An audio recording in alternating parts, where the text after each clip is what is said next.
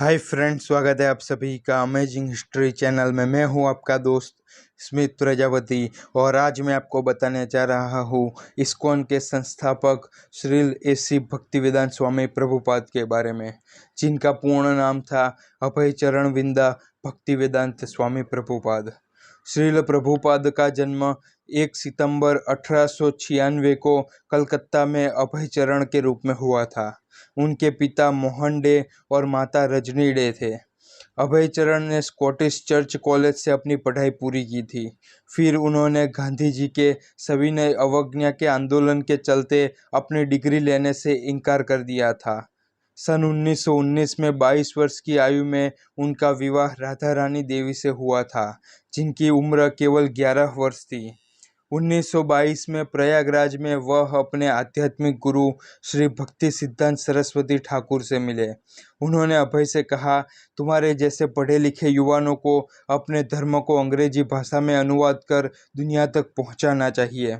1933 में वे भक्ति सिद्धांत सरस्वती ठाकुर के परम शिष्य बन गए और सन 1944 में उन्होंने बैक टू गॉड हेड नामक प्रकाशन भी शुरू कर दिया था, जिसके वे लेखक, डिजाइनर, संपादक, प्रकाशक, प्रतिलिपि संपादक और वितरक भी थे, लेकिन उन्हें कुछ खास सफलता नहीं मिली।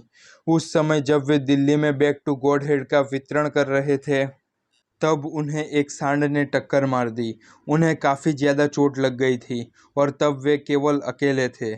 उस समय उन्होंने सोचा, मैंने गुरु की आज्ञा मानकर कुछ गलत तो नहीं किया, मैं क्या कर रहा हूँ। पर उन्होंने कभी हार न मानी, क्योंकि उनके गुरु की यह आज्ञा थी। तब उन्होंने श्रीमद् भागवतम का अनुवाद करना शुरू कर दिया, जो वे जानते थे कि एक दिन वह पूरी दुनिया का नज़रिया बदल देगा। उन्होंने एक एक कर श्रीमद् भागवतम के 3 भाग पब्लिश कर दिए। इसके बाद उन्हें अंदर से अपने गुरु महाराज की आज्ञा याद आई और उन्होंने अमेरिका जाना तय किया। सन 1965 में 69 वर्ष की आयु में उन्होंने एक मालवाहक यानी कि कार्गो जहाज से अमेरिका जाना तय किया। तब उनके पास केवल कुछ पुस्तकें, टाइपराइटर और इंडिया के 40 रुपये थे और उन्होंने इतना बड़ा सफर तय करना चाहा। जब वे जहाज पर सफ़र कर रहे थे तो उन्हें 2 बार हार्ट अटैक का सामना करना पड़ा। उन्हें लगा, अगर तीसरी बार भी ऐसा हुआ तो मैं नहीं बचूंगा, लेकिन उन्होंने सब श्री कृष्ण पर छोड़ दिया।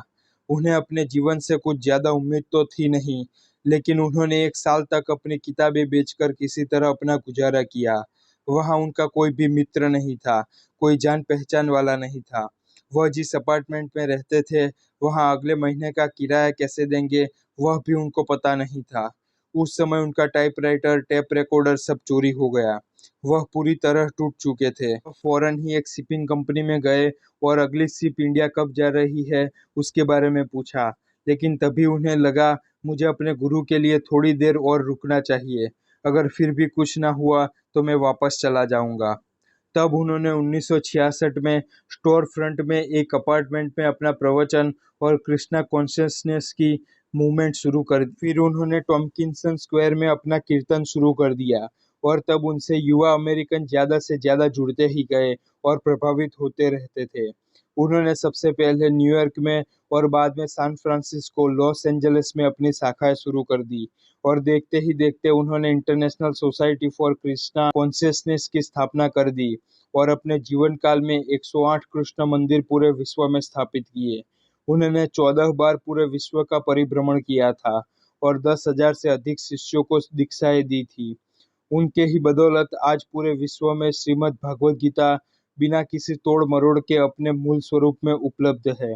14 नवंबर 1977 को 81 वर्ष की आयु में वृंदावन में उनका निधन हो गया।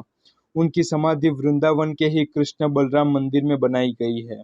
तो दोस्तों, महान कृष्ण भक्त श्रील प्रभुपाद का यह वीडियो आपको कैसा लगा, कमेंट करके ज़रूर बताओ। लाइक और शेयर करना ना भूलें। नीचे दिया गया सब्सक्राइब बटन दबाकर सब्सक्राइब करना भी ना भूलें।